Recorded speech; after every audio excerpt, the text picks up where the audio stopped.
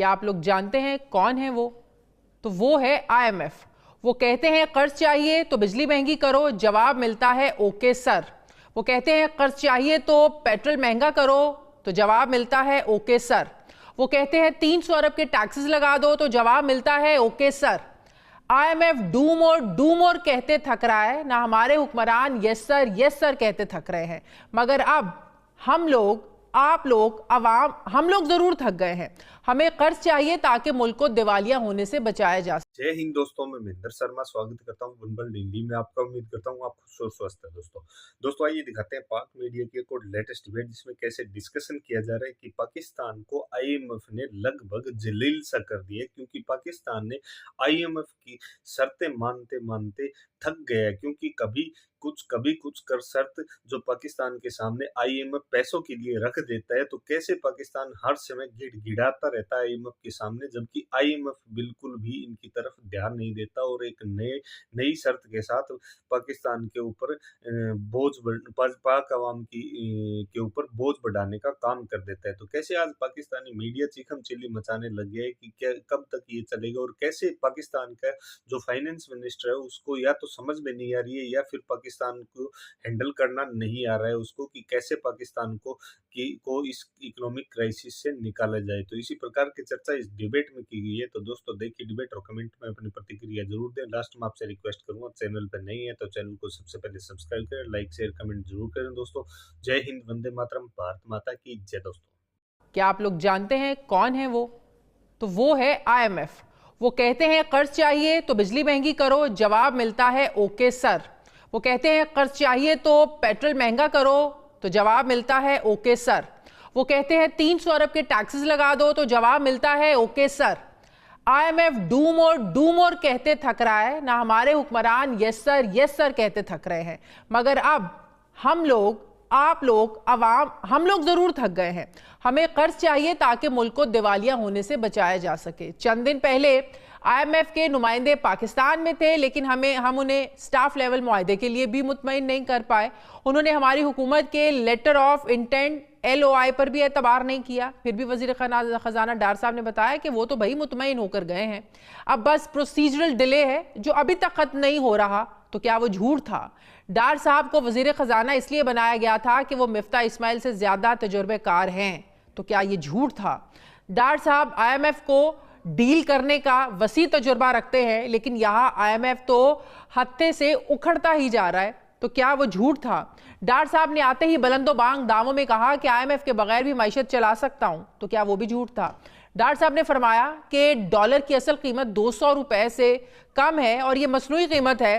तो क्या वो भी सब झूठ था? डार साहब आए और आते ही डॉलर चंद रुपए नीचे आया तो शादियाने बजाए गए। आज डॉलर तेजी से ट्रिपल सेंचुरी की तरफ जा रहा है। तो क्या वो इसहाक डार का जादू झूठ था?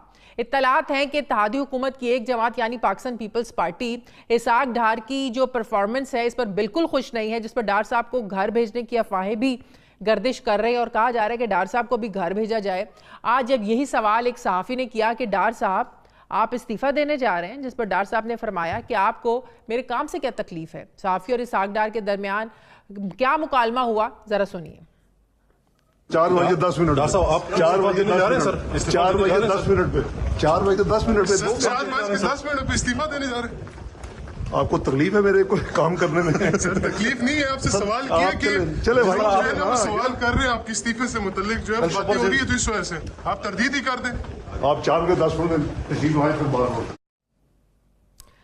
नाज़रीन, इसहाक डार का काश यही सवाल आवाम से भी कर लें कि मेरे काम से उनको क्या तकलीफ है, उनके सियासी फैसलों की मुल्क और मईशत क्या कीमत अदा कर रहे हैं। महंगाई की चक्की में पिसती आवाम के लिए 2 वक्त की बजाय अब 1 वक्त की रोटी भी पूरा करना मुश्किल हो गया है। पूछते हैं कि तकलीफ क्या है। 4 महीनों तक IMF को आंखें दिखाने और फिर यकदम ढेर होने से कौमी ज़र मुबादला के जो ज़खायर हैं ये खाली हो चुके हैं। फिर भी पूछते हैं कि तकलीफ क्या है। LCs ना खुलने से छोटी बड़ी सनतें बंद हो रही हैं और ये पूछते हैं कि तकलीफ क्या है। मुल्क में रोजगार नहीं है, लोग बैरून मुल्क फरार होते समंदरों में जाने दे रहे हैं और डार साहब पूछते हैं कि तकलीफ क्या है। रुपए की बेकदरी का आलम यह है कि नोटों की बोरी लाएं तो डॉलर मिलता है, फिर भी पूछते हैं कि तकलीफ क्या है। लगता है वाकई मुल्क के जो वजीर खजाना हैं उनको आवाम की मुश्किलात का अंदाजा नहीं, वरना आज की प्रेस कॉन्फ्रेंस में लाजमी बताते कि IMF मान क्यों नहीं रहा। इसहाक डार आज भी सारी खराबियों का जिम्मेदार इमरान खान को ही ठहराते हैं। सुनिए जरा। इमरान न्याजी साहब की हुकूमत ने बेड़ा गर्क कर दिया था। वो फैसला काबिल सताइश है कि जी अपनी सियासत के ऊपर रियासत को तरजीह दी। ये कहना कि हर वक्त जी डिफॉल्ट हो चुका है, डिफॉल्ट होगा, अल्लाह के फल से ना डिफॉल्ट हुआ है ना डिफॉल्ट होगा। उनकी सिर्फ ये है कि जी मैंने कैसे क्रिटिसाइज करने और मैंने कैसी अपॉर्चुनिटी घटिया सियासत करके मैंने पाकिस्तान को नुकसान पहुंचाना। फिर मैंने तो नहीं कहा, जो उनके लाने वाले थे उन्होंने कहा कि अगर ये रह जाते तो ये पाकिस्तान खतरे से खाली नहीं था।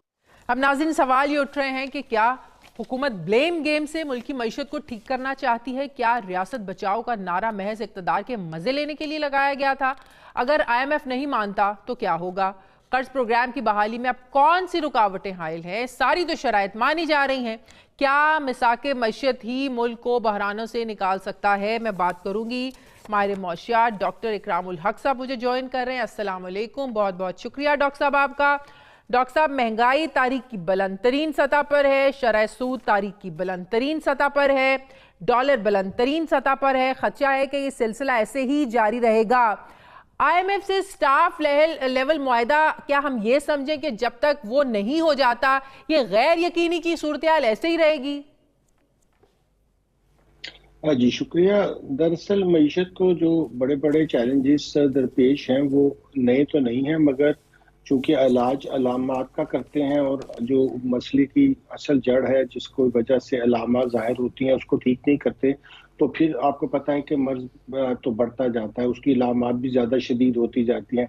अफसोस की बात यह है कि ऑस्टेरिटी की बातें करना और फिर 75 मिलियन की नई डिमांड भेज देना कि जी मुझे आउट ऑफ बजट दी जाए, तो कॉलो फेल में बहुत तजाद होने की वजह से और मईशत के ढांचे को दुरुस्त ना करने की वजह से IMF को मुसलसल और फिर हमारे दोस्त ममालिक भी अब हम पे एतबार नहीं कर रहे हैं।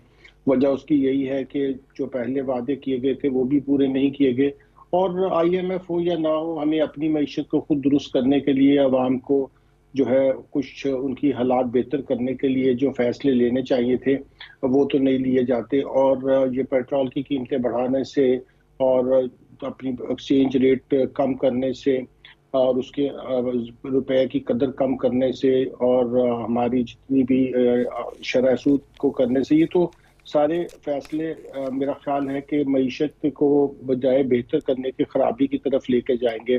जो डॉक्टर साहब, फरवरी में महंगाई की शरह 31% थी। स्टेट बैंक की मॉनेटरी पॉलिसी के मुताबिक अभी ये बढ़नी है, तो ये तो लगता है कि 36-37 पे चली जाएगी तो आवाम का तो कुछ उम्र निकल जाएगा। और फिर मूडीज के मुताबिक पाकिस्तान के पास अब दरामदाद के लिए बिल्कुल भी पैसे नहीं रहे हैं, हमारा ज़र मुबादला बिल्कुल ही खाली होता जा रहा है।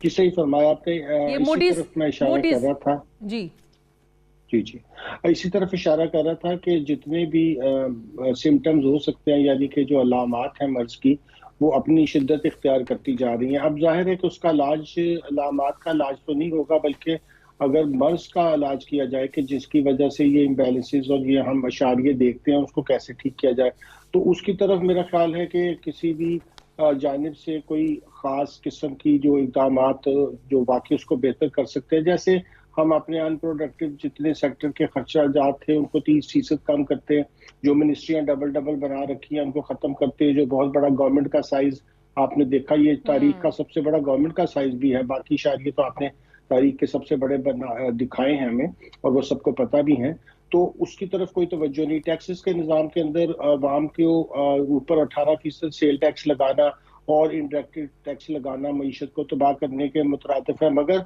जो 2 ट्रिलियन के टैक्स जो है मरात हैं उनको वापस नहीं लिया जाता है। जाहिर है वो जब तक आप उस ढांचे को ठीक नहीं करेंगे, किसी दुनिया की मईशत में ऐसा तो नहीं हो सकता कि पावरफुल तबकात को आप मरात देते रहें और गरीब लोगों पे टैक्स लगाते रहें और अपने गैर जरूरी अखराजात भी कम ना करें।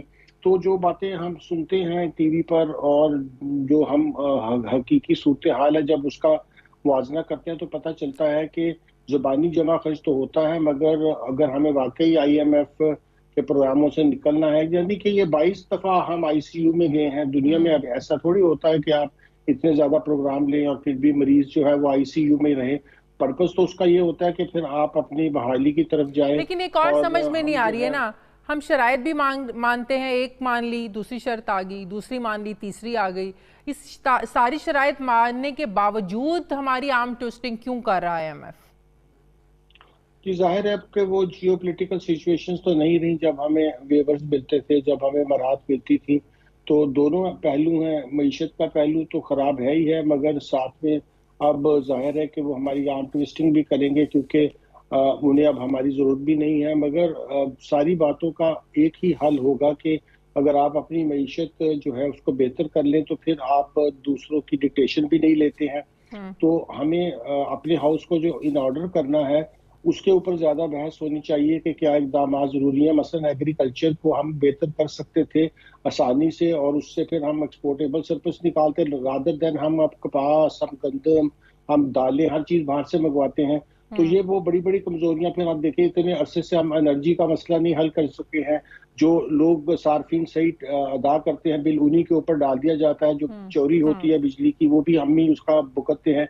इसी तरह ही जो टैक्स गुजार हैं जब वो टैक्स अदा कर रहे हैं तो सैलरी वाला तो अब 35% भी टैक्स दे रहा है जिसकी हाईएस्ट सैलरी है, और ताजर जो है वो टैक्स देने के मूड में नहीं है। आपको लगता है ये जो कमर्शियल तो बैंक्स हैं ये हुकूमत से ताउन करेंगे? 8 मार्च को 1800 अरब जो इन्होंने उठाना है, ये किस रेट पे कमर्शियल बैंक्स इनको देंगे? कमर्शियल बैंक ने तो फरवरी में 20% आपसे ज्यादा ही चार्ज करना शुरू कर दिया था, उन्होंने तो 20% पहले ही लगा दिया था। तो अब किस रेट पे इनको पैसे मिलेंगे, या कमर्शियल बैंक्स को भी झुकना पड़ेगा थोड़ा सा? अभी देखिए मार्केट की फोर्सेस को तो आप नहीं झुका सकते हैं, क्योंकि उनका एक्सपोजर भी बहुत ज्यादा जो है वो गवर्नमेंट सिक्योरिटीज पे अगर जाएगा। और दूसरी तरफ आप देख रहे हैं कि जो लोग कर्जे ले चुके हैं वो भी अदायगियां ना कर पाए तो नॉन परफॉर्मिंग लोन्स भी बढ़ जाएंगे, दहिंदगान की तादाद भी बढ़ जाएगी। नया तो कर्जा कोई लेकर अब इस रेट पे, अगर गवर्नमेंट का रेट 20 है तो 25 पे लेकर कौन कारोबार कर सकेगा? तो एक तरफ तो जो थोड़ी बहुत उम्मीद थी वो भी खत्म हो जाएगी। इंपोर्ट्स हम कर नहीं पा रहे हैं, जाहिर है हमारी एक्सपोर्ट्स भी इंपोर्ट की वजह से होती हैं। तो और ऐसी अगर रुपया गिरता रहा ऑयल तो और महंगा हो जाएगा ना डॉक्टर साहब? जी बिल्कुल बिल्कुल, ये भी आपने सही फरमाया। फिर इस जो डिवैल्यूएशन हुई है मैसिव, इसकी वजह से पेट्रोल की प्राइस में फिर एडजस्टमेंट करनी पड़ेगी। तो बहुत संजीदगी का मुजाहरा करने की जरूरत है मेरे ख्याल में, बजाय हम लोग गुस्से का इजहार करने के, एक दूसरे को ताने और देने के, एक दूसरे को ब्लेम गेम करने के। अगर बैठ कर सीरियसली सोचा जाए, क्योंकि हल तो मौजूद होते हैं मगर उनको करने के लिए पॉलिटिकल विल भी तो होनी चाहिए। पॉलिटिकल विल तो सिर्फ एक ही है कि एक दूसरे को गालियां दी जाए, एक दूसरे के ऊपर ब्लेम डाला जाए, और जो काम करने के हैं बस वो ना किए जाए। तो मेरा ख्याल है कि शख्सियात का मसला नहीं होना चाहिए, मसला होना चाहिए कि मुल्क के